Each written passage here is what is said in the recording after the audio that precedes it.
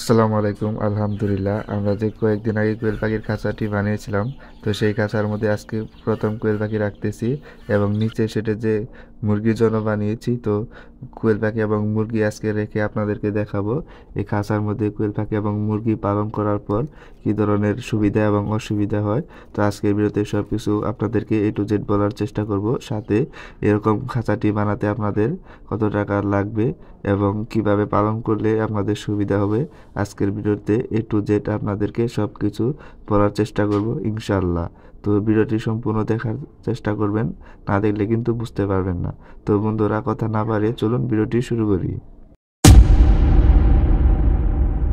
তো বন্ধুরা, এই খাঁচার মধ্যে কোয়েল পাখি পালন করার পর যে সব সুবিধাগুলো হয়ে থাকে, তো যেহেতু আমি দীর্ঘদিন ছোট খাঁচার মধ্যে কোয়েল পাখি পালন করেছি, তো ওই খাঁচার মধ্যে অনেকগুলা কোয়েল পাখি একসাথে রাখার কারণে হয়তো কোয়েল পাখি খুব ভালোভাবে নড়াচড়া করতে পারে না। তো এটা হচ্ছে একটা অসুবিধা।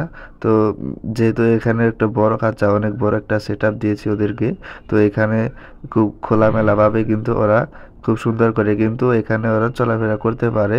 আরেকটা বিশেষ সুবিধা হচ্ছে ওদের যে মলগুলা ছিল, তো মলগুলা কিন্তু খুব সুন্দর করে কিন্তু নিচে কিন্তু পড়ে যায়, তো ওদের গায়ে কিন্তু লাগার কোনো সম্ভাবনা নেই। তো এই দিক দিয়ে কোয়েল পাখি খুব পরিষ্কার ও স্বাচ্ছন্দ্যভাবে কিন্তু এখানে ওরা চলাফেরা করতে পারবে। তো চলাফেরা করার কারণে কিন্তু ওদের গ্রোথটা অনেক ভালো হবে এবং ডিমের প্রোডাকশনও কিন্তু খুব তাড়াতাড়ি আসার সম্ভাবনা আছে। তো অবশ্যই আপনারা যদি পালন করতে চান এই ধরনের খাঁচার মধ্যে কোয়েল পাখি পালন করার চেষ্টা করবেন।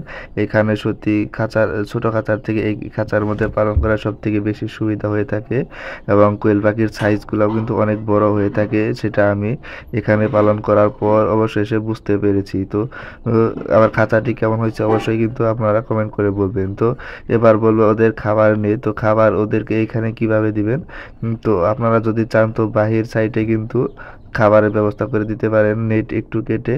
তো আমি যেহেতু ভিতরে রেখেছি ওদের খাবার, যেহেতু আমার পাখি অল্প পরিমাণে, তো এখানে আমার আগের যে খাবারের পাত্রটা ছিল সেই পাত্রের মধ্যে কিন্তু ওদেরকে খাবার দিয়েছি।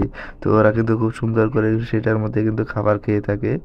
আর আমি এই খাঁচাটা কিন্তু একটু ডালো সিস্টেম করে রেখেছি, যেখানে কোয়েল পাখি ডিম পারলে সামনের দিকে গড়িয়ে চলে আসবে। এই খাঁচার মধ্যে পালন করার সব থেকে বড় সুবিধা যেটা হবে, এই খাঁচার মধ্যে কোয়েল পাখি পালন করলে ওদের রোগ বালাই খুবই কম হয়ে থাকবে, কারণ এই খাঁচার মধ্যে কিন্তু ওই রকম গ্যাস কিন্তু হওয়ার সম্ভাবনা খুবই কম। আপনি যদি যদি ফ্লোরে পারার চেষ্টা করুন কাঠের গুঁড়া বা অথবা বালি দিয়ে ফ্লোরে চেষ্টা করুন, সেটাও কিন্তু ভালো হবে, কিন্তু সেখানে কিন্তু গ্যাস হওয়ার সম্ভাবনাটা একটু বেশি থাকে।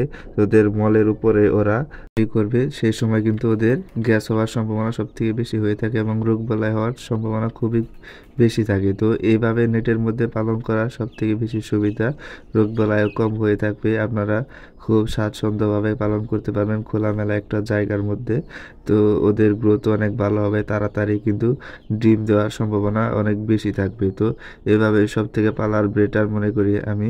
তো আপনারা চাইলে এভাবে কোয়েল পাখি পালন করতে পারেন। তো এর মধ্যে পালন করার পর এর মধ্যে অসুবিধা যেটা আছে, তো অসুবিধার মধ্যে হচ্ছে ওদের খাবারটা বাহির সাইডে দেওয়াটাই সব থেকে বেটার হবে, কারণ ভেতর সাইডে দিলে ওরা হয়তো বেশি পরিমাণে পাখি থাকলে কিন্তু খাবারগুলো নষ্ট করার চান্স থাকে। তো বাইরের সাইডে দিলে কিন্তু ওরা খাবারগুলো কিন্তু ফেলে দিতে পারবে না।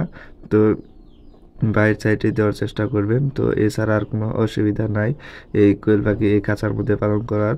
তো আপনারা যদি জানতে চান তো এই খাঁচাটি কত টাকা খরচ হয়েছে বা কীভাবে পালন খাঁচাটি বানাবেন, তো এই খাঁচাটি আমার মূলত বানাতে খরচ হয়েছে প্রায় 1,500 থেকে 2,000 টাকার মতো।